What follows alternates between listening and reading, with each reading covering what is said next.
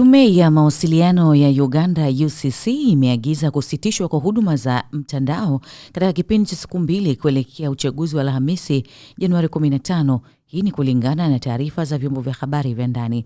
Katika agizo lililotolewa na mamlaka hiyo, mkurugenzi mtendaji wa UCC Nyombi Thembo amesema kuwa hatua hiyo inalenga kulinda usalama wa taifa na kudumisha utulivu wa umma wakati wa mchakato wa uchaguzi kwa kupunguza kuenea kwa taarifa potofu, upotoshaji na udanganyifu wakati wa uchaguzi.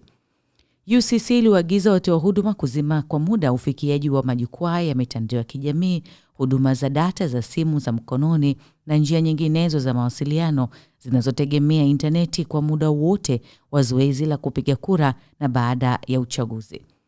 Amri hiyo ilianza kutekelezwa kuanzia saa 12 jioni siku ya Jumanne Januari 13, uamuzi uliochukuliwa kwa kuzingatia mamlaka yake chini ya sheria ya mawasiliano ya Uganda ambayo inaipa mamlaka hiyo kudhibiti huduma za mawasiliano kwa maslahi ya usalama wa taifa na usalama wa umma.